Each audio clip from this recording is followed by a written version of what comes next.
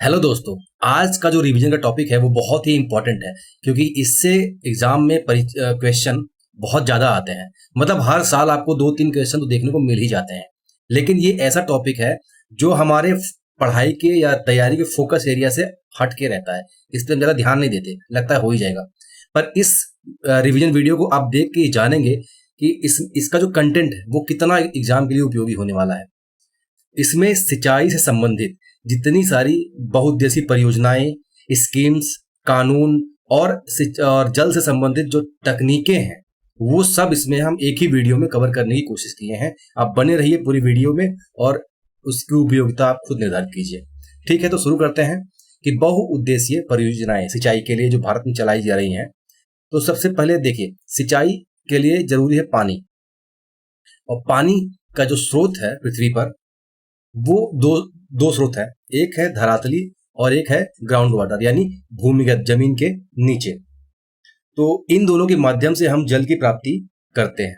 ठीक है, धरातली पानी के सोर्स में आप नदियां देख सकते हैं, झीलें देख सकते हैं, तालाब देख सकते हैं। उसके बाद ग्राउंड वाटर में आप क्या देखेंगे, वो तो आपको दिखेगा नहीं, लेकिन आप निकालते किससे हैं? कुओं के माध्यम से, पंप के माध्यम से, एटसेट्रा एटसेट्रा। ग्राउंड वाटर पानी कहाँ होता है? तो ग्राउंड वाटर चट्टानों और मिट्टी के बीच में रिस कर जो धरातल के नीचे नीचे वाली सतह पे चला जाता है, तो वहां चट्टानों के नीचे ये पानी मतलब स्टोर हो जाता है। वही पानी ग्राउंड वाटर कहलाता है। और ये चट्टानों के नीचे ना फ्लो, मतलब बहते हुए फॉर्म में रहता है या संग्रहित रहता है। आप मान लो पानी यहाँ से निकाल रहे हो धरती पे ऊपर, तो ये फ्लो करता है, ठीक है, चट्टानों के बीच से। तो इस तरह का ये ग्राउंड वाटर सिस्टम इसका पूरा होता है। तो हमारा टॉपिक तो ये है नहीं, हमारा टॉपिक है सिंचाई। तो हमें बस इससे जानना था कि जो वाटर सोर्स है वो क्या क्या है। तो धरातलीय, भूमिगत। धरातलीय में आपने दो तरह के पानी मिल सकते हैं। एक जो पानी के स्रोत है जो स्थिर है, जैसे तालाब हो गए, झील हो गए, एक्सेट्रा। और दूसरा है कि बहता हुआ, जैसे नदियां। ठीक है, अब ये स्थिर बहता हुआ, इनका इंपॉर्टेंस क्या है वो आप आगे देखोगे। जैसे अब बहता हुआ है, आप सीधे नहर खोद के पानी काट दो, तो ढलान के माध्यम से जिस तरह की ढाल प्रवणता होगी, पानी उस तरह से फ्लो कर जाएगा। लेकिन अगर पानी स्थिर है, तालाब है, कुआं है, तो यहाँ पे आपको इलेक्ट्रिसिटी के माध्यम से या पंप के माध्यम से, जनरेटर के माध्यम से पानी का खिंचाव करना पड़ेगा। ठीक है, ये इसका इंपॉर्टेंस है, पानी कैसा है, बहता हुआ है या स्थिर है। उसके बाद भूमिगत अगर जल है तो इसका एक ही उपाय है कि इसको पंप के माध्यम से पानी को ऊपर लिया जाए। देखो फैक्ट, एक इसमें जानने वाली फैक्ट ये है कि भारत में 50% से अधिक जो धरातलीय सिंचाई है, मतलब जो नहर के माध्यम से सिंचाई होती है और तालाब के माध्यम से सिंचाई होती है, उसमें सबसे ज्यादा पंजाब, उत्तर प्रदेश और तमिलनाडु शामिल है, जो लगभग 50% के आसपास सिंचाई का माध्यम है। सरफेस वाटर का यूज करके, यानी नहरों के माध्यम से जो पानी यूज किए जाते हैं, वो हमें ज्यादातर कहाँ दिखाई देंगे? जहां नदियां बहती हैं। नदियां कहाँ बहती हैं? एक तो हिमालय के क्षेत्र में और दूसरा अपना प्रायद्वीपीय क्षेत्र में। लेकिन सबसे ज्यादा जो नहरों की सिंचाई होती है वो कहाँ होती है? हिमालय के क्षेत्र में। ये फैक्चुअल जानकारी है, इसको याद रखने वाली चीज है। क्यों? क्योंकि अभी आपको आगे समझ में आएगा। अभी चल ठीक, मैं बता देता हूँ। आपको पता है हिमालय के तराई में जो मैदान बने हैं वो अवसादी मिट्टियां हैं, यानी नदियों के द्वारा लाए गए अवसाद से बने मैदान है। तो यहाँ की मिट्टी सॉफ्ट है, तो यहाँ पे नहर की खुदाई करना आसान है। लेकिन प्रायद्वीपीय भारत को आप जाएंगे तो दक्कन ट्रैप का जो पूरा एरिया है, कर्नाटका, तमिलनाडु, आंध्र प्रदेश, महाराष्ट्र का दक्षिणी छोर, यहाँ क्या है कि यहाँ पे बसाल्ट की चट्टाने हैं, यानी ये इसका जो सतह बना हुआ है वो ज्वालामुखी प्रक्रिया के माध्यम से अग्नि चट्टान, फिर अग्नि चट्टान रूपांतरित हुई बसाल्ट चट्टान में, उससे बनी हुई है। तो यहाँ का बहुत कठोर चट्टाने हैं, तो नहरों की खुदाई करना आसान नहीं होता। ठीक है, अब देखिए, पानी की आवश्यकता हमें एक तो सिंचाई के लिए यूज हो सकती है और एक बहुउद्देशीय परियोजनाओं के लिए यूज हो सकता है। अगर सिंचाई के लिए है तो सिर्फ सिंचाई सिंचाई के लिए होगा। लेकिन अगर हम नदियों के पानी को बहुउद्देशीय परियोजनाओं के रूप में यूज कर रहे हैं, तो हम जो भी डैम बनाएंगे, बांध बनाएंगे, उससे हम केवल सिंचाई ही नहीं करेंगे, उससे हम बिजली भी बनाएंगे, फैक्ट्रियों के लिए भी पानी देंगे और बाढ़ कंट्रोल भी करेंगे। ठीक है, बाढ़ कंट्रोल भी करेंगे। इतना आप समझ गए। उसके बाद अब जल संसाधन को प्रभावित करने वाले कारक, यानी धरातलीय जो जल है या ग्राउंड वाटर है। अब ऐसा तो नहीं कि इनको मतलब हर जगह एक समान रूप से है, कहीं कम है, कहीं ज्यादा है, कहीं ग्राउंड वाटर बहुत नीचे है, कहीं बहुत ऊपर है, कहीं नदियां सूख जाती हैं किसी मौसम में, किसी मौसम में बाढ़ आ जाता है। तो उस हिसाब से भी सिंचाई होती है। दूसरा ये है कि जो अपना मिट्टियां हैं भारत में, वो कैसी हैं, किसको कम पानी चाहिए, किसको ज्यादा पानी चाहिए, ठीक है। तो वो सब हिसाब से भी सिंचाई प्रभावित होती है अपनी, ठीक है। तो जल संसाधन को प्रभावित करने वाले कारक में एक तो जलवायु है, यानी वहां वर्षा कैसी होती है, वहां का तापमान कैसा है, आसपास की जो आर्द्रता के स्रोत, जैसे समंदर है कि नहीं है, समंदर से कितना दूर है, वहां कोई नदी है कि नहीं है, कोई झील है कि नहीं, मतलब जो भी चीजें जलवायु को प्रभावित करती हैं, वो उसकी स्थिति कैसी है। उसके बाद उच्चावच। उच्चावच का मतलब कि जो स्थलाकृतियां हैं वो कैसी हैं, यानी पर्वतीय है, या फिर पठारी है, या फिर मैदानी है, ठीक है। तो ये चीजें भी जल संसाधन को प्रभावित करती हैं। उसके बाद भूगर्भिक संरचनाएं कैसी हैं, यानी वहां की चट्टाने जो है वो कब बनी, किस काल में बनी, ज्वालामुखी है, अवसादी है, ठीक है, कठोर है, या फिर सॉफ्ट है, मुलायम है। तो इससे वहां की जो मतलब जमीन की स्थिति है उसकी पता हमें चलता है। तो उस हिसाब से जल साधन वहां, अब मतलब क्या, अगर सॉफ्ट मिट्टी होगा, सपोज कीजिए काली मिट्टी होगा या जलोढ़ मिट्टी होगा, तो ये सब क्या करते हैं, जल संसाधन को बहुत ज्यादा स्टोर करते हैं। तो यहाँ जो बारिश होगा वो पानी को वाष्पित ज्यादा नहीं होने देंगे, बल्कि वो स्टोर कर लेंगे। लेकिन पहाड़ी एरिया है, जैसे बसाल्ट है, बस प्रायद्वीपीय क्षेत्र है, वो पानी ज्यादा भूमि के अंदर नहीं जाने देता। तो वहां पे ग्राउंड वाटर थोड़ा सा कम होता है, मतलब ज्यादा ऊंचाई पे नहीं होता, बल्कि ये जो पानी होता है वहां पे प्रायद्वीप क्षेत्र, वो बह के समंदर में चला जाता है। तो भूगर्भीय संरचनाएं भी ये निर्धारित करती हैं कि कहीं पे जो जल संसाधन है वो कैसा होगा। उसके बाद जलीय दशाएं तो है ही, ठीक है, इतना क्लियर हो गया। तो पूरे भारत में जलवायु और भारत के उच्चावच और उसकी भूगर्भिक स्थितियां और जलीय दशाओं को ध्यान में रखते हुए भारत को 8, ये इंपॉर्टेंट है, भारत को 8 जल प्रदेशों में बांटा गया है। कौन कौन सा जलवायु प्रदेश है? तो सबसे पहले वो एरिया जो बना था प्री कैम्बियन एज में, जब प्री कैम्बियन मतलब प्री कैम्बियन रवेदार बेसिन, मतलब वो घाटियां या वो स्थान जो जहां का निर्माण प्री कैम्बियन काल में हुआ था, जब वहां का मिट्टी या कंकड़ या भूमि जब निर्माण हो रहा था तो रवेदार स्थिति में था। अभी समझ में नहीं आया होगा, मैं समझाता हूँ। देखिए, कैम्ब्रियन जो है ये पृथ्वी की उत्पत्ति का टाइम, या कहिए पृथ्वी की उत्पत्ति जब से हुई है तब से लेके आज तक जो समय है उसे कुछ सालों में बांटा गया। जैसे हम अपने समय को किस तरह से बांटते हैं, साल, महीना, हफ्ता, दिन, ठीक है, इस तरह से। तो ये कैम्ब्रियन वो काल है जब पृथ्वी पर बिना रीढ़ बिना रीढ़ वाले जीव रहते थे, ठीक है। यानी हम लोग का तो कुछ पता ही नहीं, हम लोग तो होमो सैपियंस है। ये तब की बात है जब बिना रीढ़ रीढ़ जीव मतलब जिनके शरीर में रीढ़ की हड्डी नहीं होती थी, वर्टिब्रेट्स नहीं थे, वो जीव जब रहते थे तब की बात कर रहा हूँ। आज से लगभग 50,000 करोड़ वर्ष पहले की बात है, बहुत पहले की बात है। और उस समय ये था कैम्ब्रियन। अब यहाँ क्या बात कर रहा है, प्री कैम्ब्रियन, यानी इससे भी पहले लगभग 4 अरब वर्ष पहले की बात कर रहा हूं मैं। तो उस समय क्या हुआ था कि पृथ्वी पे ज्वालामुखी आया तो मैग्मा बाहर आया और वो ठंडा हुआ, तो रवेदार चट्टानों में क्या हुआ, इकट्ठा मतलब फैल गया। तो रवेदार चट्टानों में जब ये उस समय था, उस समय की बात कर रहा हूं कि जो मतलब स्थान उस समय बने हुए हैं वो क्या कहलाए, प्री कैम्ब्रियन रवेदार बेसिन। इसमें आता है आपका तमिलनाडु, तेलंगाना वाला पार्ट, आंध्र प्रदेश का कुछ पार्ट, और छत्तीसगढ़ में जो दंडकारण्य क्षेत्र है वो, और हमारे बुंदेलखंड का कुछ क्षेत्र, ठीक है। ये याद करने वाली चीज आपकी बस ये थी, बस ये समझने के लिए मैं आपको बता दे रहा हूँ। उसके बाद प्री कैम्ब्रियन सेडिमेंट्री बेसिन। अब जब ये लावा अचानक से निकला था, फैल के ठंडा हो गया था, तो रवेदार था। अब ये रवेदार जो लावा है उसका हुआ क्या, अब क्षयन होगा, मौसम बदल रहा है, अब क्षयन होगा। अब क्षयन के बाद ये जाहिर सी बात है उसमें जलवायु बदलेगा, टेम्परेचर बढ़ेगा घटेगा, कुछ दबाव बढ़ेगा घटेगा, तो ये चट्टानें आपस में बदलेंगी, टूटेंगे, बहेंगे, कहीं और जाएंगे और फिर अवसाद के रूप में इकट्ठे हो जाएंगे। तो वही कह रहा है कि प्री कैम्बियन काल में जो अवसादी बेसिन बने थे, ठीक है, सेडिमेंट्री मतलब अवसादी, जो अवसादी बेसिन बने थे वो वाला एक क्षेत्र हो गया। दूसरा कौन सा क्षेत्र हो गया, तीसरा तीसरा हो गया Gondwana sedimentary basin. Gondwana land आपको पता है, मतलब गोंडवाना की स्थिति आपको पता है, गोंडवाना की उत्पत्ति जब हुई थी, ये हमारा लगभग जब पृथ्वी गोंडवाना और अंगारा लैंड में टूटा था उस समय की बात हो रही है। तो उस समय कुछ जो बेसिन बने थे या नदी बेसिन, जैसे अपना एक मिनट में इसको हटाता हूँ, उसके बाद बात करता हूँ। तो ये उस समय की बात है। तो उस समय क्या क्या बने थे?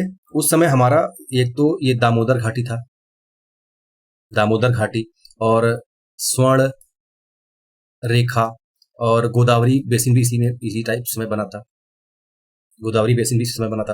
तो ये सब जो बेसिन है ये भी अलग जल प्रदेश है। यहाँ पे खास बात ये है कि यहाँ पे जो जल है ना, मतलब ग्राउंड वाटर उसकी अधिकता होती है। लेकिन अगर आप, जैसे मैं अभी अभी आपको ऊपर बताया ये वाला प्री कैम्बियन, यहाँ जो भूमिगत जल होगा वो कम होगा। ये सेडिमेंट्री है, लेकिन सेडिमेंट्री किसका है? ये बसाल्ट चट्टानों का ही है, लावा का ही है, मतलब कठोर चट्टानों का ही अवसाद जो जमा हुआ है। तो यहाँ भी जल संसाधन कम होगा। लेकिन ये जो सेडिमेंट्री है, ये इनकी चट्टानें कठोर, मतलब उतनी कठोर नहीं है, और साथ ही साथ ये नदी घाटी के आसपास का क्षेत्र है। तो यहाँ पे पानी जमीन के अंदर रिस्क जाएगा, चट्टानों में स्टोर होगा, इसलिए वहां का जो भूमिगत जल है वो बढ़ेगा। अब आप आ जाइए दक्कन ट्रैप। ये लावा जब आग्नेय से बसाल्ट में बदल गए तो वो वाला पूरा क्षेत्र दक्कन ट्रैप कहलाया हमारा। तो दक्कन ट्रैप में आपको पता है, जान सके थोड़ा सा महाराष्ट्र वाला पार्ट और कर्नाटका वाला पार्ट आ जाता है, कर्नाटका वाला पार्ट आ जाता है। कर्नाटका में चूंकि इधर कठोर दक्कन ट्रैप कठोर चट्टाने हैं, तो यहाँ बारिश जब होगा तो क्या पानी नीचे जाएगा उतना जितना इधर जा रहा है नदी बेसिन एरिया में? नहीं जाएगा। तो यहाँ भी भूमिगत जल की मात्रा कम होती है, ध्यान रखना। ग्राउंड वाटर यहाँ भी कम होता है, दक्कन ट्रैप में ग्राउंड वाटर कम होता है। अभी तक हमने देखा कि प्री कैम्बियन में भी ग्राउंड वाटर कम होगा, और प्री कैम्बियन सेडिमेंट्री और जहाँ अवसादी चट्टाने हैं वहां भी कम होगा। लेकिन गोदावरी जो बेसिन है वहां पे ग्राउंड वाटर थोड़ा अच्छा होगा। उसके बाद हम आ जाएंगे सेनोजोइक। सेनोजोइक वो काल है जब हिमालय की उत्पत्ति हो रही थी, ठीक है। इसको हम दो भागों में बांट सकते हैं। जैसे सेनोजोइक है, इसको हम एक टर्सरी में और एक क्वार्टरनरी में, यानी इसको हम प्राथमिक, द्वितीय, तृतीय, चतुर्थ, मतलब इसका कालखंड बना के रखे हैं। तो इस समय मतलब तृतीय सिनोजोइक के समय हमारा हिमालय बन रहा था, और क्वार्टरनरी के समय हमारा ये दक्षिण भाग जो नदी घाटी है ना, जैसे ये आपका नर्मदा वगैरह, वो सब बन रहे थे। तो कहने का मतलब ये है कि तब तक ज्वालामुखी क्रिया या जो पृथ्वी की प्लेट टेक्टोनिक क्रियाएं वो सब हो चुकी थी। अब क्या हो रहा था? अब अवसादों का अवक्षेपण हो रहा था, मतलब वो एक नए मैदान बन रहे थे। तो इनकी मिट्टियां जाहिर सी बात थोड़ी मुलायम होंगी। तो इसमें आ जाएगा आपका ये इस वाले एरिया में थोड़ा सा आंध्र प्रदेश, थोड़ा सा तमिलनाडु का भी भाग, केरला का भाग, और गुजरात का भाग थोड़ा सा, ठीक है। तो ये सब आ जाएगा। अब चूंकि इनकी मिट्टियां क्या है, मुलायम है, तो यहाँ पे भी ग्राउंड वाटर थोड़ा सा अच्छा होगा, ठीक है। अब जैसे मैं अब तमिलनाडु यहाँ भी लिख रहा हूँ, यहाँ भी लिख रहा हूँ, तो ये ध्यान रखना तमिलनाडु को छोटा नहीं है। ये वाला भाग में जैसे प्री कैम्बियन वाला हो गया, और ये वाला भाग जहाँ पे कावेरी वगैरह बहती है, ये वाला भाग सिनोजोइक वाला एरिया हो गया, जो वो वाली मिट्टी बहा के ला रहा है, सारी चट्टानों के द्वारा जो उसका निर्माण हो रहा है। उसके बाद सिनोजोइक ड्रिफ्ट, भ्रंश। तो यहाँ से कौन सी नदियां बहती हैं? भ्रंश घाटी से कौन सी नदियां बहती हैं? तो हम ताप्ती, नर्मदा और पूर्णा, ये सब, ठीक है। तो यहाँ पे कैसी स्थिति होगी पानी का? यहाँ भी पानी अच्छा होगा, नदी एरिया है, पानी खूब ग्राउंड वाटर को रिचार्ज करता है, ये भी एरिया अच्छा होगा। गंगा ब्रह्मपुत्र की तो बात ही नहीं करनी, यहाँ तो पानी का भरपूर है, खूब ग्राउंड वाटर होगा, सरफेस वाटर भी ठीक ठाक, ग्राउंड वाटर भी ठीक ठाक। हिमालय रीजन, इसमें मैं पहाड़ी एरिया की बात कर रहा हूँ, यहाँ पे ग्राउंड वाटर बहुत कम होता है। ध्यान रखना, हिमालय के क्षेत्र में भूमिगत जल बहुत कम होता है, लेकिन यहाँ पे सरफेस वाटर बहुत ज्यादा होता है, क्योंकि यहाँ पे ग्लेशियर होते हैं, ग्लेशियर पिघल के नदी के रूप में बहते हैं। इतना आपको क्लियर हुआ? आगे बढ़ते हैं। तो अब देखिए, जैसे ये प्री कैम्बियन वाला एरिया है, अगर प्री कैम्बियन वाला, दोनों में बात कर रहा, जो रवेदा चट्टानों से बना था और जो अवसादी चट्टानों से बना था, दोनों की बात कर रहा। अगर यहाँ पे ग्राउंड वाटर कम होगा तो यहाँ पे क्या आपको तालाब नहीं बनेंगे ज्यादा, ताकि जो बारिश का पानी है उसको स्टोर किया जा सके?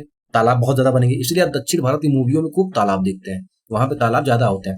वहां के जो मंदिर थे वहां भी तालाब बनाने की जो प्रथाएं थी। उसी तरह कुछ आप सूखे वाले एरिया राजस्थान में देखेंगे तो वहां पे बावड़ी बनाने की प्रथा थी। तो ये सब चीजें जो पुराने समय में होती थी वो कहीं ना कहीं, अब चूंकि पहले की जो व्यवस्था थी राजा महाराजा वाली, कोई फैक्ट्री वगैरह तो होती नहीं थी, सब कुछ कृषि आधारित था, तो कृषि आधारित था, इसी वजह से ये सब चीजें उस समय जो जितने भी रीति रिवाज संस्कार के आधारभूत ढांचे बनाए गए थे, उनका कहीं ना कहीं पर्पज यही था कि कृषि के लिए उपयोगी संसाधन को बचाए रखा जाए। अब हम आगे बढ़ते हैं और देखते हैं कि सिंचाई के लिए, सिंचाई मतलब होती क्या, कोई क्या सिंचाई क्या होती है। तो सिंचाई वो प्रक्रिया है जिसके माध्यम से हम फसलों को पानी देते हैं, ठीक है। और हमारे यहाँ जो भारत की सिंचाई है वो किससे प्रभावित होती है, हमारे जलवायु से। हमारी जलवायु कैसी है, मानसूनी है, उष्णकटिबंधीय है, इसलिए हमारी सिंचाई कैसी होगी, मतलब हमारे यहाँ सिंचाई प्रणाली कैसी होगी, ये कौन निर्धारित करेगा, यहाँ की जलवायु।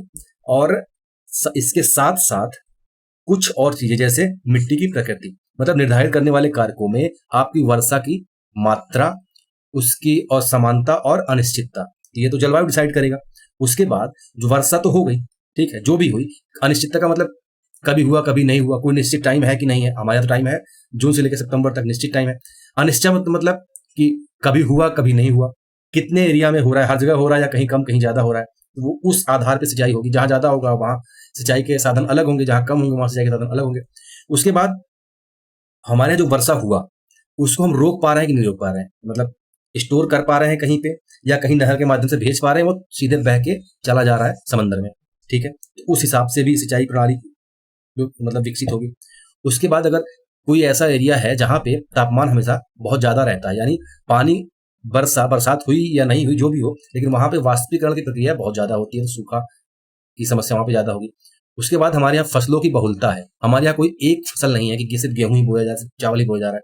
हमारे यहाँ अलग अलग तरह की फसलें बोई जाती हैं और हर अलग अलग फसलों को अलग अलग मात्रा में पानी चाहिए, ठीक है। तो उस हिसाब से भी हमारे यहाँ सिंचाई प्रणाली की व्यवस्था होगी। अब किस तरह की चीजें होंगी वो हम आगे देखेंगे।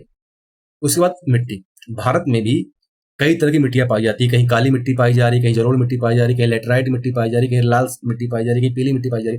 तो सब मिट्टियों की जल धारण क्षमता भी अलग होती है। अब चूंकि कुछ है मिट्टियां जो पानी जल धारण क्षमता ठीक ठाक कर लेंगी, तो उनको सिंचाई, उन वहां जो फसलें बोई जाएंगी उनको सिंचाई के लिए मात्र 1 या 2 बार पानी देना पड़ेगा। और जहां उनकी जल धारण क्षमता बहुत कम है, सिंचाई की है या तो पानी चला गया नीचे छन के, या फिर वाष्पीकृत हो गया, वो जल धारण नहीं कर पाएंगे, उनको बार बार सिंचाई करनी पड़ेगी, है ना। तो इस हिसाब से, इन सब कारकों के हिसाब से हमारे यहाँ सिंचाई प्रणाली मतलब हुआ है क्या, विकास। तो अब जब हम ये जान गए कि हमारे यहाँ जो सिंचाई प्रणाली किस जगह पे कैसे विकसित की जानी चाहिए, उस हिसाब से हमारे यहाँ चलाई जाएंगी सिंचाई परियोजनाएं। अब सिंचाई परियोजनाएं ध्यान रखना 3 तरह से बनाई जाती हैं। पहला वृहद सिंचाई परियोजना, दूसरा मध्यम सिंचाई परियोजना और तीसरा लघु सिंचाई परियोजना। बड़े लेवल पर सिंचाई परियोजनाएं कहाँ चलाई जाएंगी, जहां पे सिंचाई के लिए बहुत ज्यादा भूमि होगी, जिसकी जो मानक बनाया गया है वो लगभग 10,000 हेक्टेयर से उससे अधिक, मतलब 10,000 हेक्टेयर से अधिक जमीनें जहां सिंचाई योग्य होंगी वहां पे वृहद सिंचाई परियोजनाएं चलाई जाती हैं। इसमें क्या किए जाएंगे, तो इसमें नहर, बड़े बड़े नहर बनाए जाएंगे, नदी घाटी परियोजनाएं बनाई जाएंगी, यानी बांध बनाए जाएंगे, वहां से पानी को नहरों के माध्यम से मोड़ के इन एरियो में भेज जाएंगे, क्योंकि ये बहुत बड़े लेवल पे सिंचाई होनी है। तो कितना आप ट्यूबवेल या समरसेबल या कुआं खोदेंगे, तो इससे अच्छा है नदियों को ही मोड़ दो, नदियों के पानी को ही मोड़ दो, ठीक है। उसके बाद आता है मध्यम सिंचाई परियोजना। ये लगभग 2,000 से 10,000 हेक्टेयर तक जो जमीनें जहां सिंचित होती हैं, मतलब सिंचाई योग्य होती हैं, वहां पे मध्यम सिंचाई परियोजनाएं चलाई जाती हैं। क्योंकि जब मान लीजिए जहां पे ज्यादा सिंचाई करना है तो वहां पे ऐसी होंगी, मतलब इस तरह बड़ी परियोजनाएं चलाएंगी। जहां पे सिंचाई का आकार थोड़ा कम होगा वहां पे छोटी परियोजनाएं चलाई जाएंगी। जैसे छोटी नहर, कोई बड़ी नहर जा रही है, उसी में से एक नहर काट दिए, छोटी नहर वहां पहुंच गई। उसके बाद आपका है लघु सिंचाई परियोजनाएं। ये जहां पर 2,000 हेक्टेयर से कम की जमीनें सिंचाई योग्य होती है, वहां पे लघु सिंचाई परियोजनाएं चलाई जाती हैं। और इनमें आती है कुआं, नलकूप, तालाब, ड्रिप सिंचाई वगैरह। अब यहाँ पे भी नहर आप पहुंचा सकते हैं, लेकिन अब वहां पे ज्यादा भूमि ऐसी है कि कहीं बंजर है, कहीं खेती होती ही नहीं है, कहीं होती है कहीं नहीं होती, उस हिसाब से सिंचाई योग्य भूमि बहुत कम है। अब उसके लिए आप इतना बड़ा नहर खोद के वहां ले जाएंगे, पता नहीं नदी वहां से दूर हो, तो उससे बेहतर है आसपास कुआं खोद लो या नलकूप लगा लो या तालाब बना लो, पानी उसमें स्टोर कर लो। इन सब चीजों का उपयोग किया जाता है। तो ये हो गया हमारा सिंचाई परियोजनाएं कितने तरह की हो सकती हैं, तीन तरह की, बड़ी, मध्यम और लघु। इनका मानक क्या है? 10,000 से ज्यादा सिंचाई योग्य होगा, मतलब सिंचाई योग्य जमीनें होंगी तो बड़ी, 10,000, 2,000 और 10,000 हेक्टेयर के बीच होगा तो मध्यम, और 2,000 हेक्टेयर से कम की जमीनें होंगी सिंचाई योग्य तो क्या होगा? लघु परियोजना चलेंगी।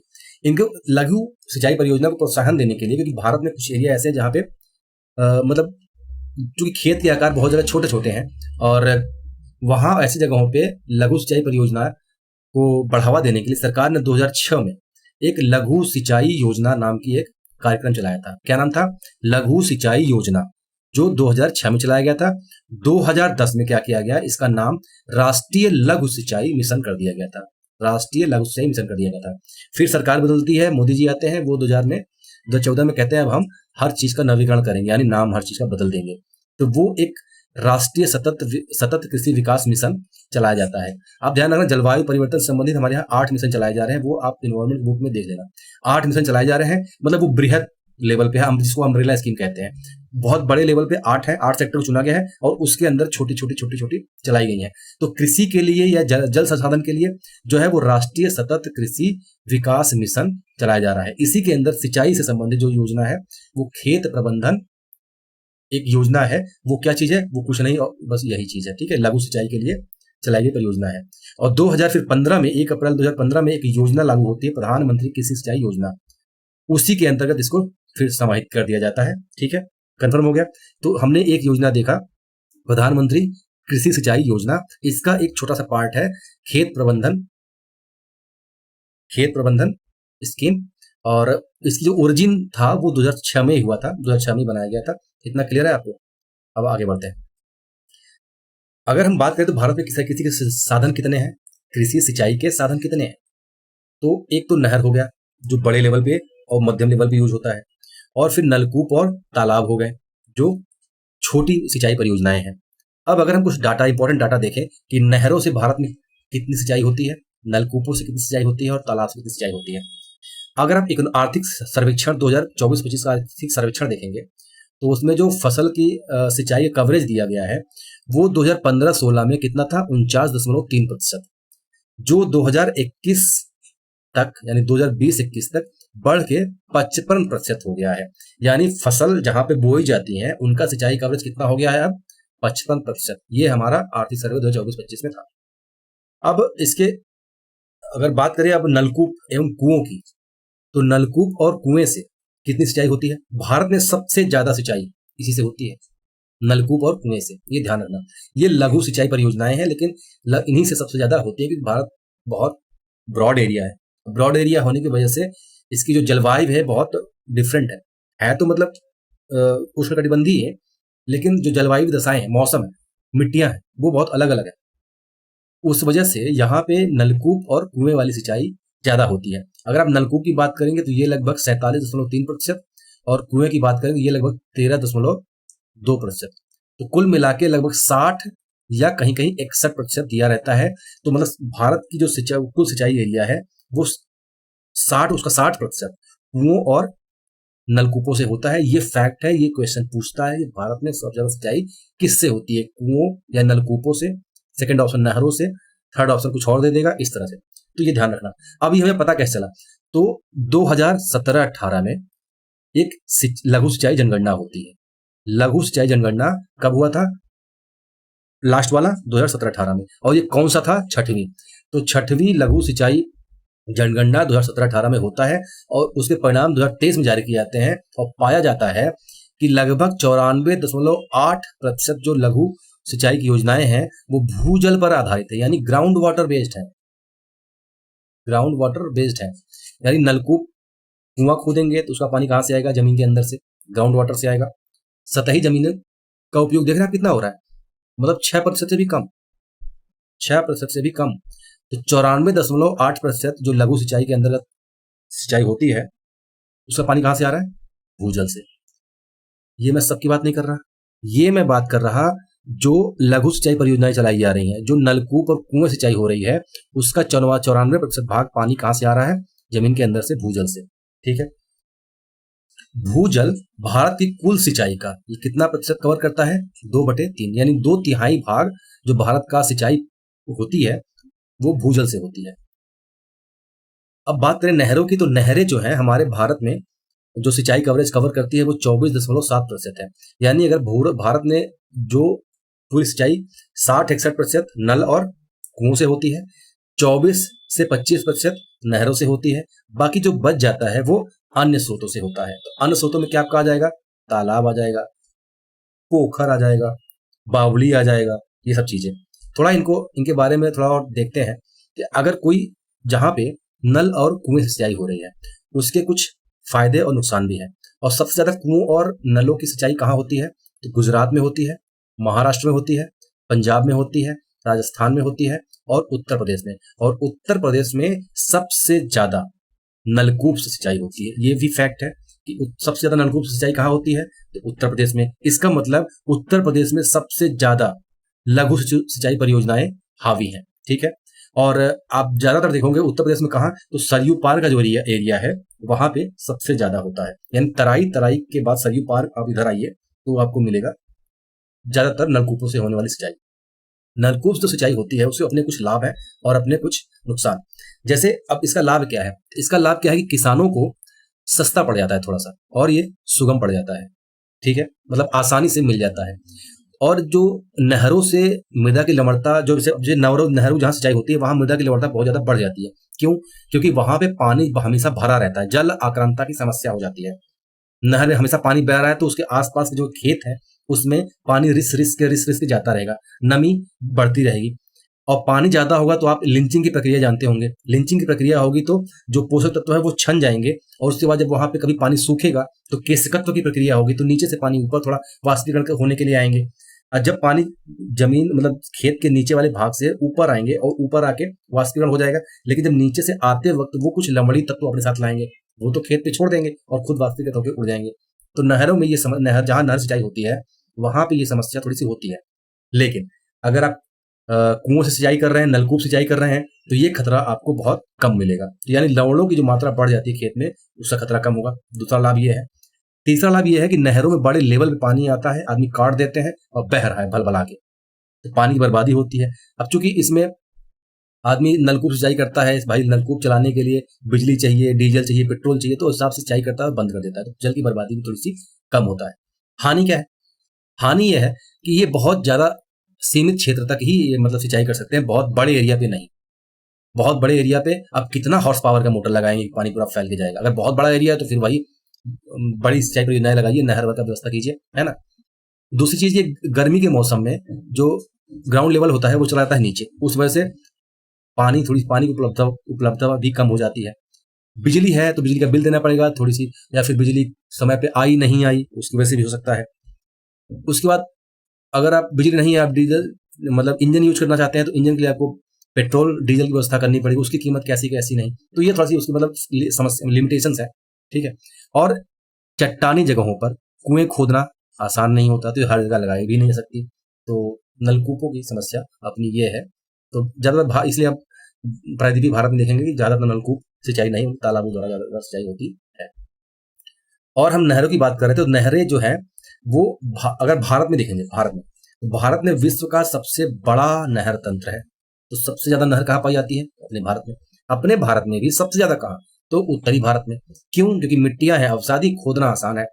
दक्षिण भारत में मिट्टी मतलब परत है, चट्टानी खोदना आसान नहीं है, तो उत्तर भारत में ज्यादा पाई जाएंगी। उसमें भी सबसे ज्यादा यूपी में सिंचाई होती है, मतलब यूपी का एरिया ही बड़ा है कृषि वाला, तो जाहिर सी बात नलकूप यहीं भी होगा, और गंगा भी बहती है यहीं से बहुत बड़े एरिया में, तो नहर भी यहीं होगी ज्यादा, मतलब बड़े लेवल पे।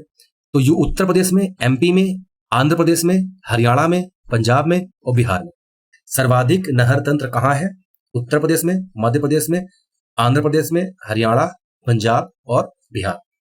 ठीक है, और इसके भी अपने लाभ और अपने हानि है। जैसे लाभ तो यह है कि नहरों में, नदियों से, अब चूंकि बरसाती जो 12 हिमालय की नदियां हैं वो 12 मासी नदियां हैं। 12 मासी नदियां होने के मतलब गर्मी के मौसम में ग्लेशियर से पिघल के पानी नदियों में आ रहा है, नदियों में पानी आ रहा है, तो सिंचाई के लिए नहरों में पानी साल भर लगभग मोड़ दिया जाता है, तो पूरे वर्ष आपको पानी मिलता रहेगा। ग्राउंड वाटर कम है जाता है, उससे ज्यादा फर्क नहीं पड़ेगा।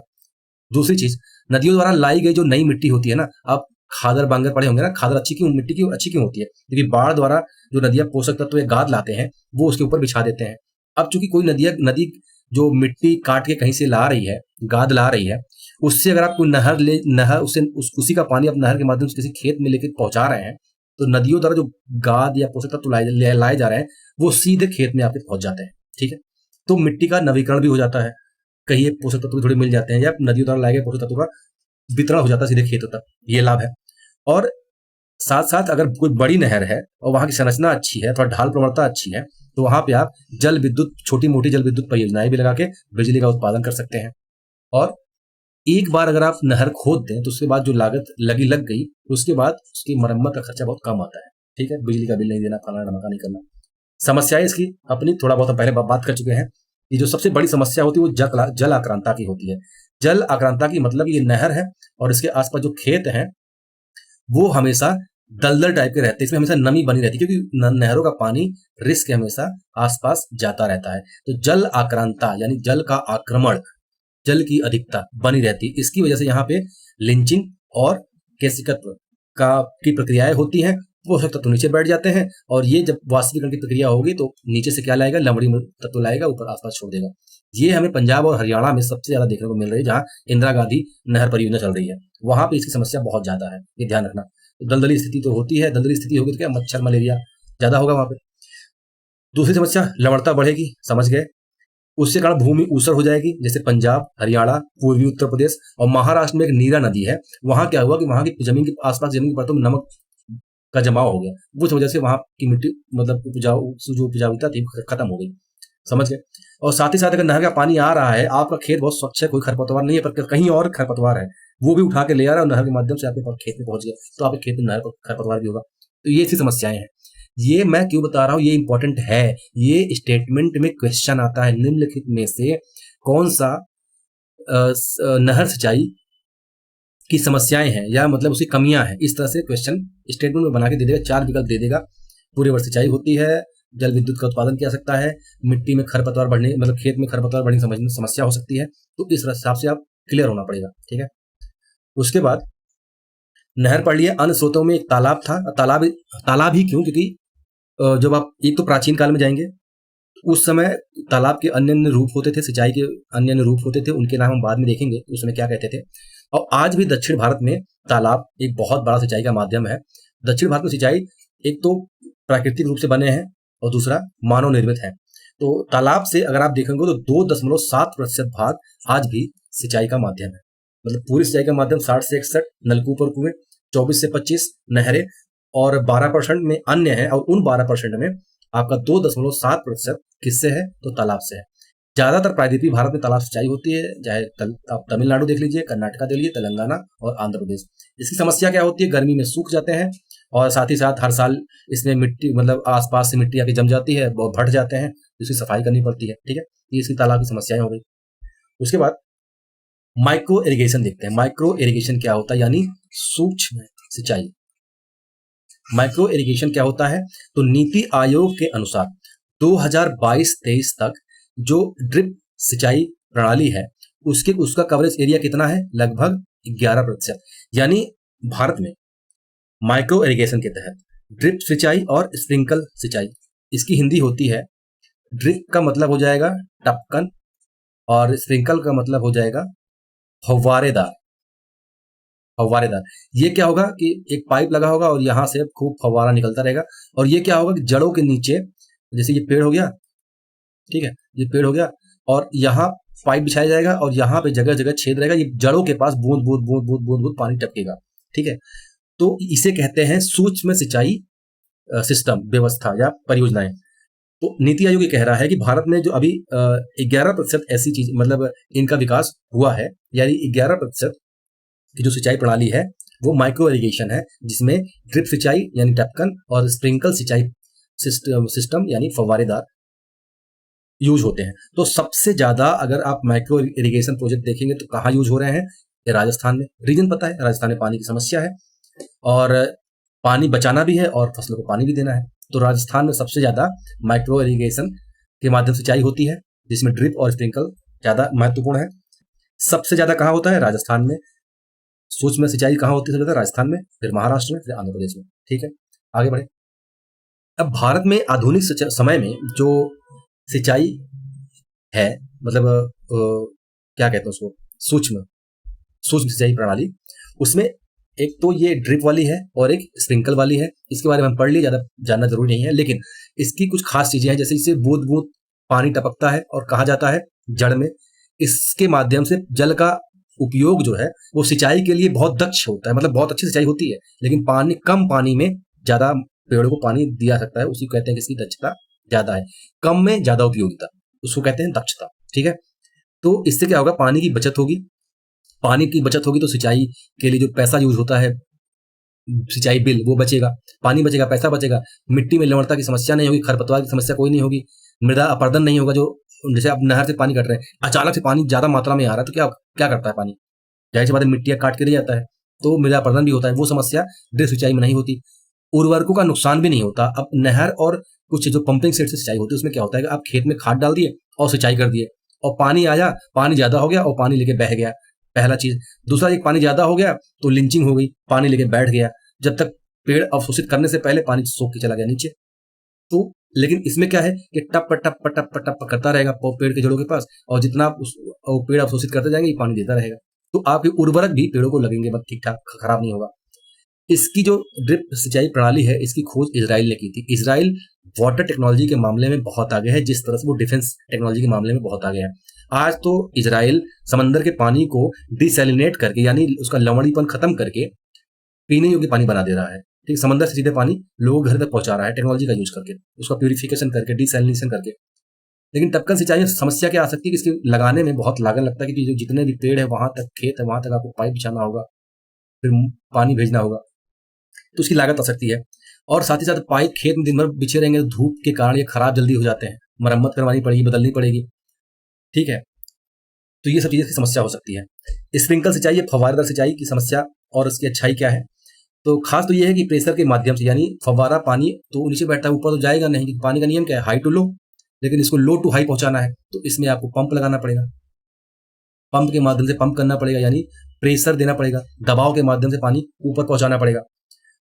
ठीक है, तो ये प्रॉब्लम्स इसमें आएंगी। इसका लाभ क्या है, वही चीजें हैं कि पानी अगर फव्वारेदार उड़ेगा तो ज्यादा पानी ना नुकसान होगा, ना ही पानी बहेगा, जो उर्वरक है वो भी आराम से पेड़ के पास रहेंगे और मिट्टी पानी के साथ पानी में घुल के पेड़ द्वारा अवशोषित कर लिए जाएंगे।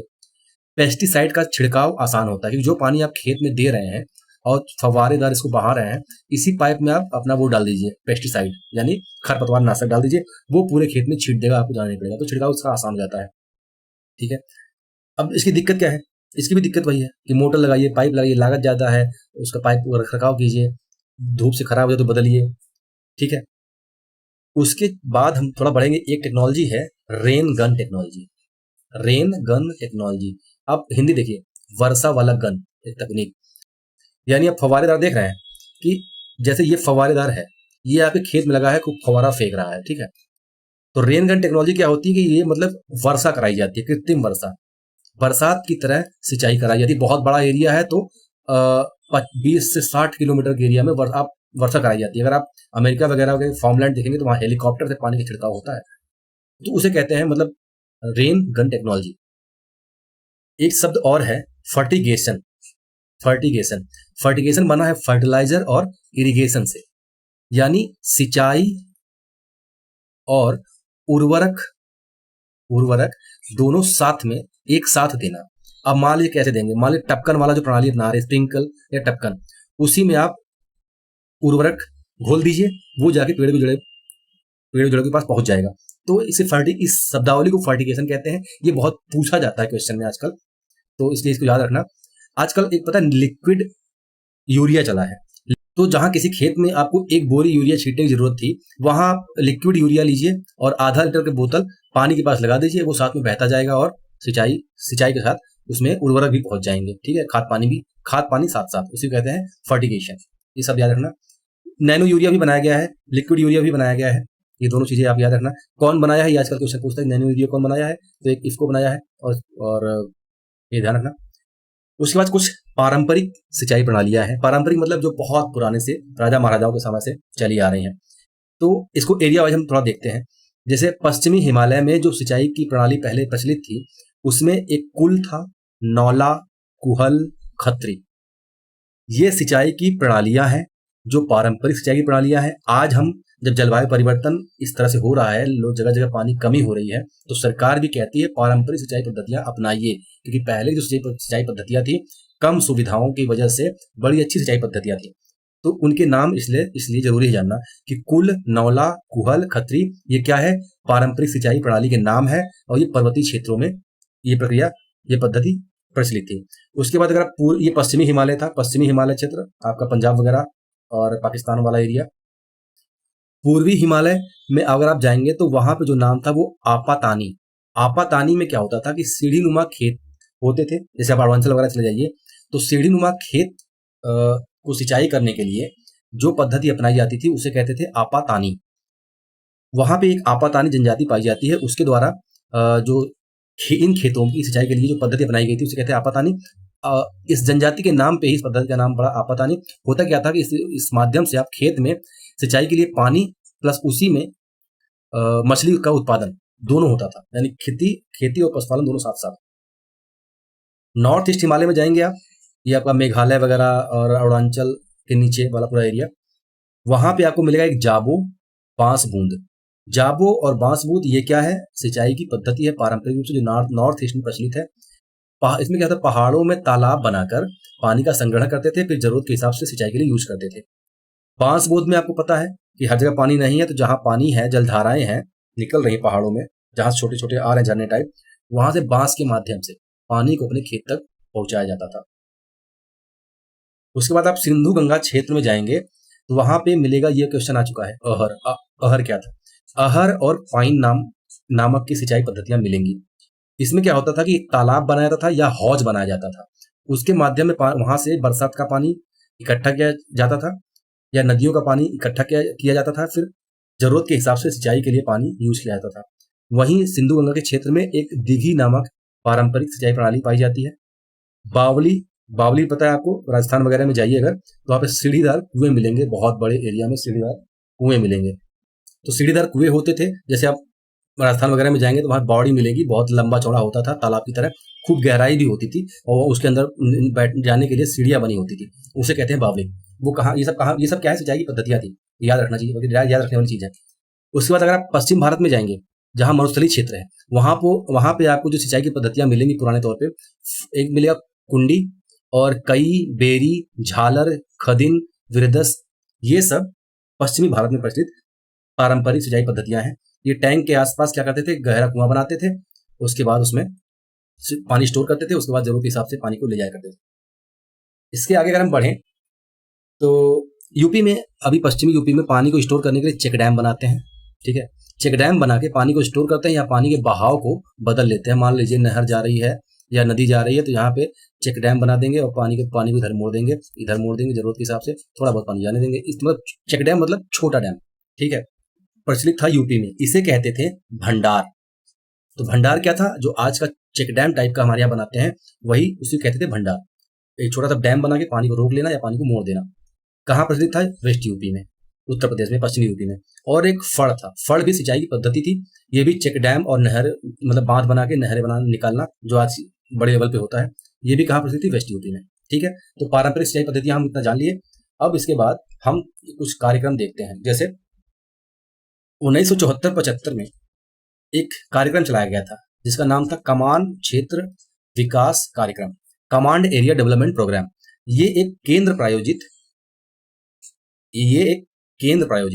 कार्यक्रम था।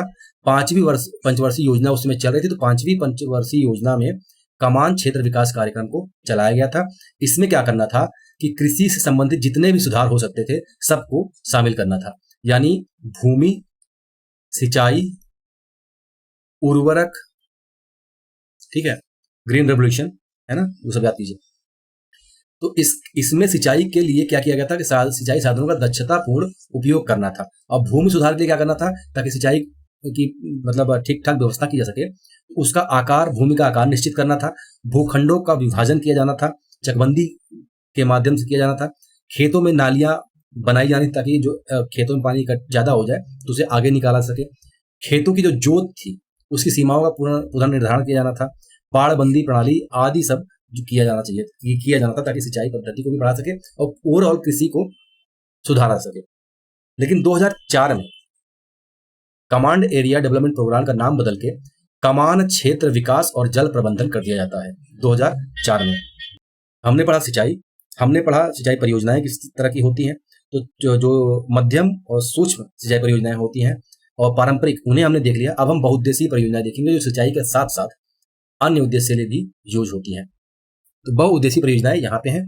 बहुउद्देशीय परियोजनाओं में आपका शामिल होता है जो बड़े डैम होते हैं, बांध, बड़े बांध, जिसमें बिजली का उत्पादन होता है, सिंचाई के लिए पानी का यूज होता है, फैक्ट्रियों के लिए पानी मतलब वहां से काटा जाता है, नहर बनाए जाते हैं, जलाशय बनाए जाते हैं बड़े बड़े लेवल पे।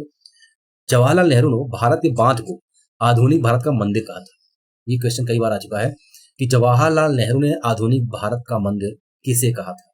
इस विद्यालयों को, अस्पतालों को, बांध को, या दक्षिण भारत के मंदिर को, या उत्तर पूर्वी भारत के मंदिर को, या बांध को आधुनिक भारत का मंदिर किसने कहा था। ये ध्यान रखना, जवाहरलाल नेहरू ने बांध को आधुनिक भारत का मंदिर कहा था, क्योंकि इन्हीं के माध्यम से भारत का विकास संभव होना था।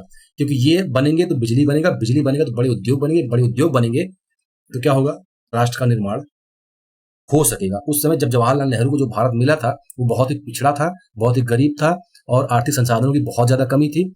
तो उस समय बहुत बड़ी चुनौती थी। आज के भारत में कोई प्रधानमंत्री बन जाए वो अच्छे से भारत के विकास में सहयोग दे सकता है, लेकिन वो उस समय बहुत बड़ी चुनौती थी। तो उसमें बाद बहुत बड़ी भूमिका निभा रहे थे जो उद्योग के विकास के लिए। तो एक तो हमें उद्योग का विकास करना था, दूसरा सिंचाई के लिए, सिंचाई को बहुत, मतलब सिंचाई नहीं, कृषि को बहुत विकसित करना था, भुखमरी खत्म करना था और देश का विकास करना था।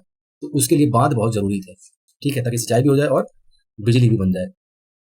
तो उस उद्देश्य से कुछ बड़ी परियोजनाएं चलाई गई, जिसमें दामोदर घाटी परियोजना है, भाखड़ा नांगल परियोजना है, हीराकुंड परियोजना है, टिहरी बांध परियोजना है, नर्मदा घाटी परियोजना है। अब अगर दामोदर घाटी परियोजना देखें तो ये पहली बहुउद्देशीय बहुउद्देशीय परियोजना है। भारत की पहली बहुउद्देशीय परियोजना कौन? दामोदर घाटी नदी परियोजना। ये कहाँ, मतलब इसकी जो सहायक नदियां थी, दामोदर नदी की जो सहायक नदियां थी वो कौन कौन सी? बराकर और कोनार और बोकारो। दामोदर घाटी नदी परियोजना के तहत जो दामोदर घाटी की सहायक नदियां थी, बराक, कोनार और बोकारो, इन सब पे बांध का निर्माण किया जाना था। और ये जो परियोजना थी वो आधारित थी, मतलब अमेरिका की, यूएसए की एक परियोजना है जिसका नाम था टेनेसी नदी घाटी परियोजना। तो टेनेसी नदी कहाँ बहती है? टेनेसी नदी अमेरिका में बहती है। यहाँ पे जो परियोजना बना था उसी का मॉडल हमने दामोदर घाटी नदी परियोजना में अपनाया था, ठीक है। दूसरा है भाखड़ा नांगल परियोजना। अच्छा, थोड़ा सा एरिया भी इसका बता दें क्या? इसका जो एरिया था वो था पश्चिम बंगाल, जो प्रभावित होने वाले एरिया थे दामोदर घाटी परियोजना से, वो उसमें पश्चिम बंगाल था और झारखंड था। दामोदर घाटी परियोजना पूर्वी भारत की परियोजना थी और इससे वेस्ट बंगाल और झारखंड प्रभावित होने वाले थे। यहाँ जो प्रमुख बांध बनाए गए थे वो थे तिलैया और मैथान और कोनार और पंचेत हिल। तो पंचेत हिल, मैथान, कोनार और पंचेत हिल, ये बांध किस पे बने हैं? दामोदर घाटी नदी परियोजना के तहत बने हैं। इनका पर्टिकुलर जो कौन किस नदी पे है वो इनमें से कोई होगा, इतना डिटेल में हम नहीं जाएंगे, कितना याद करेंगे। अब देखते हैं भाखड़ा नांगल परियोजना। भाखड़ा नांगल परियोजना जो है वो किस पे बना है? सतलज नदी, सतलज नदी पे। सतलज नदी पे क्या बना है? भाखड़ा नांगल परियोजना, जो एक बहुउद्देशीय नदी परियोजना है। ध्यान रखना, ये जो विश्व का सबसे बड़ा गुरुत्वीय बांध, विश्व का सबसे बड़ा गुरुत्वीय बांध कहाँ है? तो सतलज नदी परियोजना में भाखड़ा नांगल परियोजना के तहत बनाया गया है, ठीक है। इससे जो प्रभावित होने वाले राज्य हैं वो है आपका एक दिल्ली, हिमाचल तो ऑलरेडी होगा ही,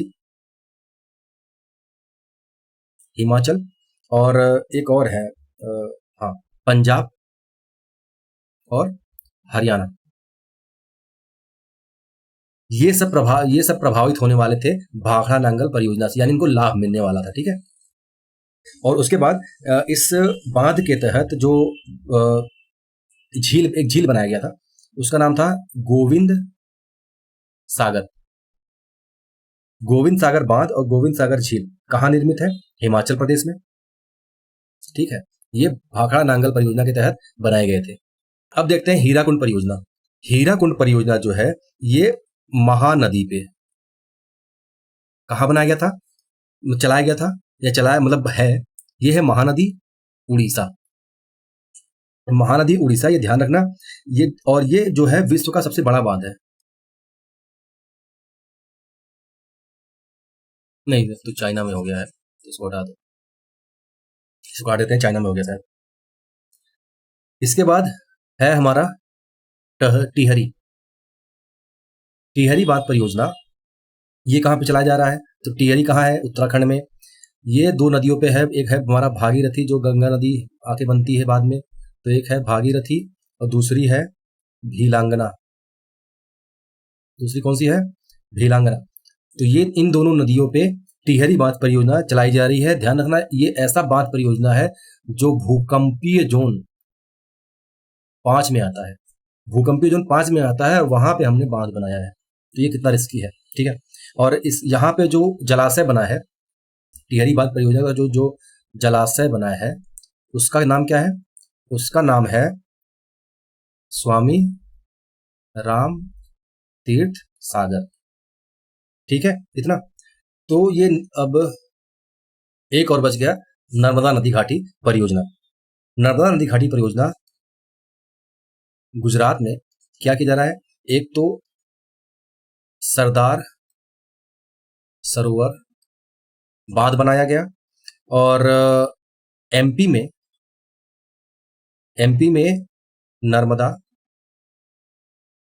सागर बांध बनाया गया। और इससे जो प्रभावित हुए राज्य हैं उसमें है एमपी, गुजरात, महाराष्ट्र और राजस्थान। एमपी, गुजरात, महाराष्ट्र और राजस्थान की संयुक्त परियोजना है कौन सी? नर्मदा घाटी परियोजना। ये सब पूरे हो चुके हैं। अब आपको करंट अफेयर में ये देखना है कि अभी लेटेस्ट में कौन कौन सी परियोजनाएं चल रही हैं। ठीक है, थोड़ा सा और एक चीज देख लेते हैं, उसके बाद हम थोड़ा कुछ फैक्चुअल देख लेंगे कौन बात किस पे बना है। ठीक है, राष्ट्रीय जल ग्रिड मिशन। राष्ट्रीय जल ग्रिड मिशन क्या है? तो इस राष्ट्रीय जल ग्रिड मिशन का मतलब है एक जल का ग्रिड बनाना, यानी एक चैनल बनाना। जैसे नदियों को जोड़ के आपस में एक चैनल बना देना, इसका पानी उस जहां जिसकी जो पानी जहां पानी की जरूरत हो वहां पानी बह जाए और मतलब चला जाए, और जहां पानी की अधिकता हो वहां पानी कम करने के लिए कहीं और भेज दिया जाए। जैसे बिजली का ग्रिड होता है ना, बिजली सप्लाई करने के लिए, उसी तरह जल ग्रिड बनाने के लिए एक संकल्पना प्रस्तुत की गई थी, राष्ट्रीय जल ग्रिड मिशन। तो ये संकल्पना सबसे पहले जो दिया गया था वो दिया गया था राम मनोहर लोहिया के द्वारा। डॉक्टर राम मनोहर लोहिया एक समाजवादी नेता थे, उस मतलब 70 के दशक थे। तो ये 1972 में सबसे पहले ही संकल्पना दिए थे, नदी जोड़ने की संकल्पना, जिसे राष्ट्रीय जल ग्रिड मिशन कहा जाता है। इन्होंने उसके बाद कुछ लोग विद्वानों ने कुछ मतलब और लोगों ने ये बात कही कि 17 हिमालय नदियां, उनका अपना एक रिसर्च रहा होगा, तो उनके अनुसार जो परिणाम आया वो पाए कि 17 हिमालय नदियां और 19 प्रायद्वीपीय नदियों को आपस में जोड़ा जा सकता है। तो इसलिए हमें राष्ट्रीय जल ग्रिड मिशन लागू करना चाहिए। उसके बाद आगे चल के केंद्रीय जल शक्ति आयोग है, उसने भी अपना एनालिसिस किया। तो अब बनाया गया है जल शक्ति मंत्रालय। इसके तहत कुछ आप राज्यों की जो नदी जोड़ो परियोजनाएं हैं वो लागू की जा रही हैं। कमेंट बॉक्स में आपको बताना है कि अभी हाल में किस नदी जोड़ो परियोजना को प्रस्तावित किया गया है। 3 राज्य मिलकर, उसमें अपना यूपी भी शामिल है। अब चूंकि नदियां किसी एक राज्य में तो सीमित है नहीं, कई राज्यों से होकर बहती हैं, तो इसकी वजह से अब सभी राज्यों को पानी की आवश्यकता है। किसी को बिजली बनानी है, किसी को फैक्ट्री चलानी है, किसी को सिंचाई करनी है। अब पहले वाला राज्य जो इधर पड़ता है, अब इधर पड़ता है, ये पानी ज्यादा रोक लेगा तो इसको दिक्कत होगी, तो कहेगा पानी क्यों नहीं आने जाने दे रहे हो? ठीक कहेगा हमारे राज्य से जा रहा है, हम नहीं जाने देंगे, मतलब हम जितना चाहेंगे उतना लेंगे। कहेगा अच्छा ठीक है, तुम ले लो पानी जितना। फिर यहाँ बाढ़ आएगी या यहाँ ब्लॉक कर देगा। जब यहाँ ब्लॉक कर देगा तो ये डूबने लगेंगे, तो ये कहेगा पानी क्यों जाने नहीं दे रहे हो? तो ये कहेगा कि हमारे एरिया है, हमारा मन, हम रोक देंगे।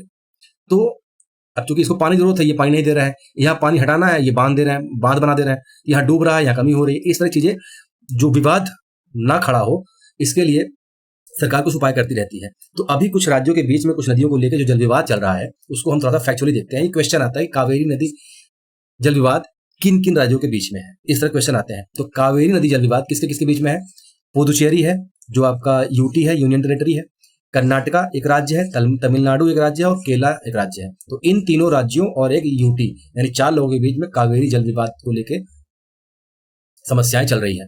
उसके बाद है कृष्णा नदी जल विवाद। ये किसी किसी बीच है, ये है तेलंगाना, आंध्र प्रदेश, कर्नाटका और महाराष्ट्र। तो महाराष्ट्र, कर्नाटका, आंध्र प्रदेश और तेलंगाना के बीच कौन सा जल विवाद चल रहा है? तो कृष्णा नदी को लेके चल रहा है।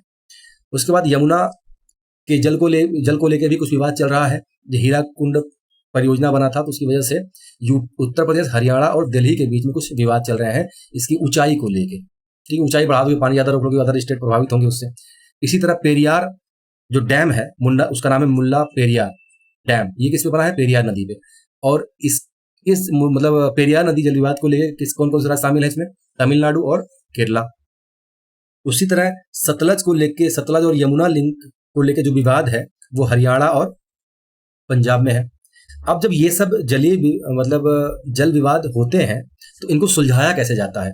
अंतरराष्ट्रीय नहीं भैया, ये है अंतरराज्यीय। ठीक है, अंतरराज्यीय मतलब राज्यों के बीच, अंतरराष्ट्रीय नहीं। अब देखिए इसके उपाय के लिए क्या है कि हमारे संविधान में एक आर्टिकल है। कौन सा आर्टिकल? आर्टिकल 262। इस आर्टिकल 262 में 2 पार्ट हैं। संविधान का आर्टिकल 262 का पहला जो है उसके तहत ये प्रावधान है कि संसद कानून बनाकर जल का वितरण कर सकती है या फिर जल वितरण से संबंधित जो विवाद है उसके लिए न्याय निर्णय के लिए व्यवस्था कर सकती है। यानी आर्टिकल 262 के तहत संसद एक कानून बनाकर जल से संबंधित विवाद को निपटाने के लिए या न्याय के लिए एक संस्था बना सकती है जिसको हम कहेंगे अधिकरण। ठीक है, तो जल विवाद को निपटाने के लिए संसद 262 के तहत एक अधिकरण का निर्माण कर सकती है कानून बना के। ठीक है, और उसी कानून में 262 में ही लिखा है कि उसी समय संसद ये कानून बना के ये भी कहेगी कि न्यायालय अधिकरण के मामले में हस्तक्षेप नहीं करेंगे, चाहे वो हाई कोर्ट हो चाहे सुप्रीम कोर्ट हो। यानी जो नदियों के बीच या राज्यों के बीच नदी जल विवाद होगा उसके निपटान के लिए, उसके न्याय निर्णय के लिए संसद जो कानून बना के जो अधिकरण बनाएगी उसमें न्यायालय अपना हस्तक्षेप नहीं करेगी। और ऐसा कब होगा? जब संसद इसके लिए कानून बना दे कि लो भैया ये कानून बना देते हैं, अब तुम न्यायालय जल से संबंधित न्याय निर्णय में अधिकरण के काम में बाधा नहीं डालोगे, उसके जो न्याय देगा उसका पुनरावलोकन भी नहीं करोगे तुम। ठीक है, तो स्वतंत्र होके क्या काम करेगा? अपना 2 राज्यों के बीच, 3 राज्यों के बीच जो जल विवाद है उसको समझाएगा। अब देखिए संसद ऐसा कब करेगा? जब कोई राज्य ये संसद से ये सिफारिश करे कि भैया एक अधिकरण बना दो, मतलब केंद्र से सिफारिश करे, क्योंकि संसद कानून बनाएगी। संसद कानून बना के ये पावर किसको देगी? अधिकरण बनाने की केंद्रीय सरकार को। तो केंद्रीय सरकार के पास राज्य अपना सिफारिश भेजेगा कि हमारे बीच ये विवाद चल रहा है, इसके न्याय के लिए आप एक अधिकरण बनाओ। ठीक है, अब क्या हुआ? तो इस आर्टिकल से जो शक्ति संसद को मिलती है कानून बनाने की, तो संसद ने 2 कानून बनाए 1956 में। तो संसद ने 1956 में 2 कानून बनाए। पहला कानून था नदी बोर्ड अधिनियम 1956। क्या था? नदी बोर्ड अधिनियम 1956। और दूसरा कानून था अंतरराज्यीय नदी जल विवाद अधिनियम 1956। ठीक है, ये दोनों बना दिए गए। संसद ने ये कानून बनाने की शक्ति कहां से मिली? अनुच्छेद 262, क्योंकि 262 अंतरराज्यीय जल विवाद से संबंधित संसद को कानून बनाने का अधिकार दिया गया है। ठीक है, समझ गए? उसके बाद अब जो नदी बोर्ड अधिनियम 1956 था उसके अंदर क्या था? तो उसके अंदर एक नदी बोर्ड बनाने का प्रावधान था। ये बोर्ड क्या करता? ये बोर्ड नदी घाटी जो थी उनका नियमन करता और उनका विकास करता। यानी नदी घाटियों के रेगुलेशन के लिए, उनके डेवलपमेंट के लिए एक बोर्ड बनाया जाएगा और ये बोर्ड नदी बोर्ड अधिनियम 1956 के कानून के तहत बनेगा, जो राज्यों को सलाह देगा कि भैया तुम्हें अपने नदियों का नियमन कैसे करना है, उसका विकास कैसे करना है, और यदि कोई दिक्कत आती है तो हमसे सलाह ले लो। ठीक है, इस बोर्ड का गठन केंद्र सरकार खुद भी कर सकती है या फिर राज्यों को जरूरत महसूस होती है तो राज्य सरकार केंद्र सरकार से कहेगा कि भैया एक राज्य नदी बोर्ड का नाम जैसे कावेरी नदी बोर्ड, गंगा नदी बोर्ड, वो राज्य जिसको दिक्कत है या जिसको जरूरत है वो कहेगा केंद्र सरकार से कि हमारे यहाँ जो नदी है उसके विकास के लिए एक बोर्ड का गठन कर दो, तो केंद्र सरकार इसका गठन कर देगा नदी बोर्ड का। तो नदी बोर्ड गठन के लिए पावर किसके पास है? केंद्र सरकार के पास। केंद्र सरकार नदी बोर्ड का गठन या तो राज्य की सिफारिश पर कर देगा या उसको जरूरत समझ में आती है तो खुद कर देगा। ठीक है, ये पावर कहां से मिलती है? नदी बोर्ड एक्ट 1956 से। ये मैं बार बार रट रहा हूँ, क्वेश्चन बहुत बार पूछा गया है। अब जो दूसरी कानून बना था अंतर्राज्यीय नदी जल विवाद अधिनियम 1956, इसमें क्या था?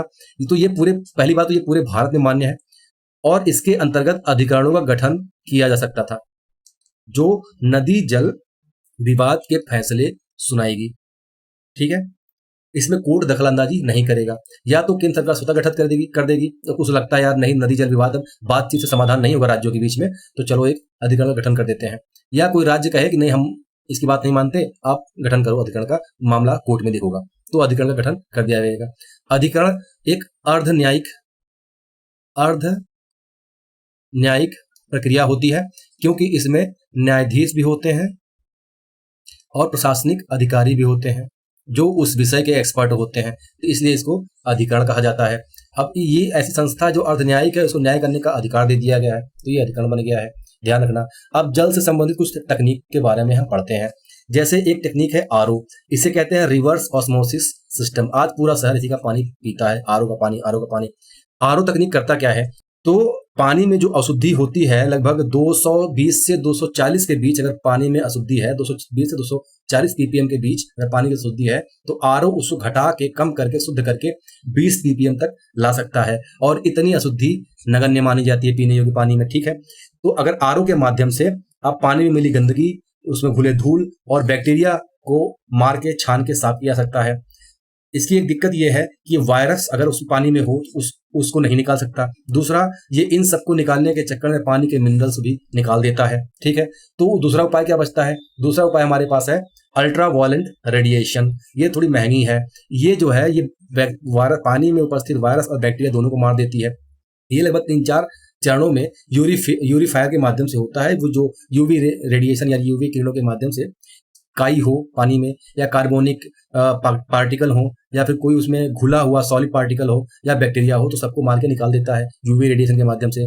ठीक है, उसके बाद एक आता है क्लोरोनीकरण, क्लोरोनेशन में क्या होता है कि क्लोरीन के माध्यम से जल को साफ करके नगरों में जल की आपूर्ति की जाती है। या जिस पानी से नहाते हैं, जो सप्लाई का पानी आपके शहर में आता है, वो क्लोरीन के माध्यम से साफ किया जाता है, उसको कहते हैं क्लोरीनीकरण। एक होता है हैलोजन टैबलेट। ये हैलोजन का टैबलेट होता है। आपात स्थितियों में आप कहीं हैं, पानी शुद्ध नहीं मिल रहा है, तो अगर आपके पास ये टैबलेट है तो आप पानी को शुद्ध कर सकते हैं। पानी जो आपके पास है, उस पानी की मात्रा के हिसाब से इसमें गोली डाला जाता है और पानी को साफ करता है। ठीक है, पानी में कौन कौन से मतलब चीजें हैं, रसायन पदार्थ जो बहुत ज्यादा विषैले होते हैं? तो कैडमियम एक है जो बहुत विषैला होता है, पानी का प्रदूषण है। लेड है जो बहुत विषैला होता है, पानी का प्रदूषण है। इसी तरह मरकरी है, निकिल है, सिल्वर है और आर्सेनिक है। आपको इनसे होने वाले रोग का नाम ढूंढना है कि अगर ये सब पानी में पॉल्यूशन है, कैडमियम है, लेड है, मरकरी है, निकेल है, सिल्वर है, आर्सेनिक है, तो कौन सी बीमारी हो जाती है। उसके बाद कुछ तत्व और हैं, जैसे लौ है, आयरन है, मैग्नीशियम है, कैल्शियम है, बेरियम है, क्रोमियम है, कॉपर है, सीलियम है, यूरेनियम है, बोरॉन है, नाइट्रेट है, सल्फेट है, बोरोट है, कार्बोनेट है।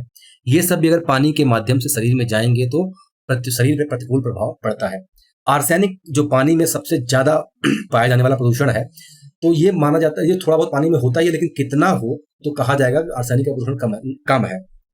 भारत का जो भारतीय मानक ब्यूरो है, उसके हिसाब से अगर 0.5 मिलीग्राम प्रति लीटर आर्सेनिक पानी में है, यानी 1 लीटर में 0.5 मिलीग्राम अगर आर्सेनिक है, तो आप उस पानी को पी सकते हो। जबकि अपना WHO ये कहता है कि नहीं, अगर 1 लीटर में 0.1 मिलीग्राम से ज्यादा आर्सेनिक है तो पानी पीने योग्य नहीं है। तो अपना मात्रा क्या है? 0.5 मिलीग्राम पर लीटर, और WHO द्वारा अंतर्राष्ट्रीय मानक 0.1 मिलीग्राम पर लीटर। ठीक है, आर्सेनिक से भैया कैंसर होता है, लीवर में फाइब्रोसिस होता है और हाइपर पिगमेंटेशन हो सकता है। ये सब चीजें दिक्कतें आती हैं। एक चीज और हम देख लेते हैं कि भारत में जो बहुउद्देशीय परियोजनाएं हैं, वो कौन सी नदी पे कौन सी परियोजना चल रही है। तो कुछ यहाँ पे बहुउद्देशीय परियोजनाएं दी गई हैं और उनके नदियों का नाम और परियोजनाएं दी गई हैं। एक नजर में इसको भी देख लेते हैं। ठीक है, इंपॉर्टेंट सब नहीं देखेंगे हम, तो हम जैसे पहला हम देखेंगे तो जिसे भाखड़ा नांगल परियोजना है, ये हमने पढ़ा। ये किस पे है? सतलज नदी पे, और इसे लाभान्वित राज्य हरियाणा, पंजाब, हिमाचल प्रदेश और राजस्थान है। उसके बाद दामोदर घाटी परियोजना भारत की पहली नदी घाटी परियोजना है, ये पश्चिम बंगाल और झारखंड। हीराकुंड बांध किस पे बना है? महानदी पे, और ये उड़ीसा में है। उसके बाद नागार्जुन सागर परियोजना किस पे है? तो ये कृष्णा नदी पे है। तो संबंधित राज्य आंध्र प्रदेश और तेलंगाना। तेलंगाना और आंध्र प्रदेश नागार्जुन सागर परियोजना से संबंधित है, जो कृष्णा नदी पे है। एक है तो पुंचपाद। पुंचपाद परियोजना किस पे है? गोदावरी नदी पे। पावना परियोजना किस पे है?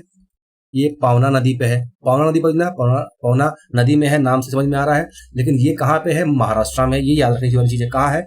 महाराष्ट्र में है। उसके बाद एक है नाप्ता झाकरी। नाप्ता झाकरी परियोजना कहाँ है? ये सतलज नदी पर है, हिमाचल प्रदेश। बाण सागर परियोजना। बाण सागर परियोजना कहाँ है? सोन नदी पे है। ये इंपॉर्टेंट है क्योंकि ये इसमें बिहार और उत्तर प्रदेश दोनों शामिल है। तो बाण सागर परियोजना सोन नदी पर है और इससे संबंधित राज्य हैं बिहार, उत्तर प्रदेश और मध्य प्रदेश। तो बाण सागर परियोजना संबंधित कौन है? बिहार, उत्तर प्रदेश, मध्य प्रदेश। किस नदी पे? सोन नदी पे। रामगंगा परियोजना कहाँ है? उत्तराखंड में नदी है रामगंगा। सरदार सरोवर परियोजना पढ़ चुके हैं, नर्मदा नदी पे, मध्य प्रदेश, महाराष्ट्र, राजस्थान, गुजरात। उसके बाद तिलैया जो उसी का भाग है, ये परियोजना किस पे है? बराकर नदी पे, झारखंड। बराकर नदी पे कौन सी परियोजना है? तिलैया। उसके बाद हम आगे बढ़ेंगे, बगलिहार परियोजना। बगलिहार परियोजना किस पे है? चेनाब नदी पे। बगलिहार किस पे है? चेनाब नदी पे। उरी किस पे है? झेलम नदी पे। ये क्यों? क्योंकि उससे अभी सिंधु का मैटर हुआ है, सिंधु जो समझौता हमने तोड़ दिया है पाकिस्तान पहलगाम की वजह से, तो चर्चा में है। तो बगलिहार परियोजना किस पे है? चेनाब नदी, जम्मू कश्मीर में। बगलिहार परियोजना चेनाब। उसके बाद तुलबुल परियोजना है, वो किस पे है? झेलम नदी पे, जम्मू कश्मीर। उसके बाद चंबल परियोजना है, वो मध्य प्रदेश, राजस्थान और उत्तर। ये क्वेश्चन आ चुका है कि चंबल परियोजना से कौन कौन से राज्य संबंधित है। ठीक है, तो उसमें हम क्या क्या देखें? चंबल से संबंधित है मध्य प्रदेश, राजस्थान, मध्य प्रदेश और राजस्थान। यूपी नहीं था, लेकिन उस बार क्वेश्चन में ऑप्शन में यूपी भी था। तो रिहंद परियोजना कहाँ है? रिहंद नदी, उत्तर प्रदेश। रिहंद कहाँ है? रिहंद नदी पर, उत्तर प्रदेश में है। और उसके बाद केन बेतवा लिंक परियोजना, नदी जोड़ो परियोजना, समझ में आ गया? केन बेतवा लिंक परियोजना किसके बीच है? उत्तर प्रदेश और मध्य प्रदेश, क्योंकि ये दोनों नदियां किससे संबंधित है? इन दोनों राज्यों से संबंधित है। उसके बाद आया गंडक परियोजना। गंडक परियोजना किस पे है? गंडक नदी पे है। इसमें उत्तर प्रदेश और बिहार शामिल है, ये तो याद ही रहेगा। गंडक नदी में बिहार और उत्तर प्रदेश शामिल है। उसके बाद गांधी सागर बांध, ये किस पे है? चंबल नदी, मध्य प्रदेश में। गांधी सागर किस पे है? चंबल नदी पे। कहाँ है? मध्य प्रदेश। किसाऊ बांध परियोजना। किसाऊ बांध परियोजना क्यों इंपॉर्टेंट है? क्योंकि इसमें उत्तर प्रदेश भी शामिल है हमारा। ये टोंस नदी पर स्थित है। किसाऊ बांध परियोजना किस नदी पर है? टोंस नदी पर। किसाऊ टोंस पे है। इसमें उत्तर प्रदेश, दिल्ली, उत्तराखंड, हरियाणा, राजस्थान और हिमाचल है। कई सारे राज्य हैं, 1 2 3 4 5 6 राज्य सम्मिलित है इसमें। किससे? सिदाऊ परियोजना से 6 राज्य सम्मिलित है, टोंस नदी पर है। टिहरी बांध परियोजना कहाँ है? भागीरथी नदी, उत्तराखंड। श्रीशैलम परियोजना कहाँ है? श्रीशैलम परियोजना कहाँ है? आंध्र प्रदेश, तेलंगाना में, उत्तर कृष्णा नदी पर है। मेट्यूर किस पे है? कावेरी नदी, तमिलनाडु। शरावती परियोजना किस पे है? शरावती नदी, कर्नाटका, गोवा, तमिलनाडु। शिव समुद्रम परियोजना किस पे है? कर्नाटका में है, कावेरी नदी पर। ठीक है, छोड़ के आगे बढ़ते हैं, हम अपना यूपी वाला देखते हैं। यूपी वाला कहीं और है क्या? तो हाँ है। जैसे एक हमारा बेतवा नदी पर बन है माता टीला बांध। माता टीला बांध कहाँ है? बेतवा नदी पर, और इसमें उत्तर प्रदेश और मध्य प्रदेश शामिल है। माता टीला बांध, बेतवा नदी। बेतवा नदी चंबल की सहायक नदी, चंबल यमुना की सहायक नदी। तो बेतवा नदी, माता टीला, बेतवा नदी पर माता टीला बांध शामिल है, जो उत्तर प्रदेश और मध्य प्रदेश से संबंधित है। एक है रानी लक्ष्मीबाई बांध परियोजना, जो ये भी बेतवा नदी पर है, उत्तर प्रदेश में है। तो माता टीला और रानी लक्ष्मीबाई ये बेतवा नदी पर है। उसके बाद आपका, ठीक है, इतना पढ़ने को आप पढ़ सकते हो। घाट प्रभा नदी कर्नाटक, उगाई परियोजना ताप्ती नदी पर, गुजरात। उगाई परियोजना कहाँ है? ये पूछ चुका है इस बार। उगाई नदी कहाँ है? ताप्ती नदी पर, गुजरात। साबरमती परियोजना, साबरमती नदी, गुजरात। तेलुगु गंगा परियोजना कृष्णा नदी, महाराष्ट्र, तमिलनाडु, आंध्र प्रदेश, कर्नाटका। ठीक है, तो बस अब हम बस करते हैं, वीडियो बहुत लंबा हो जाएगा, लेकिन ये रिवीजन के दृष्टि से बहुत ही इंपॉर्टेंट टॉपिक था। ठीक है, तो खत्म करते हैं।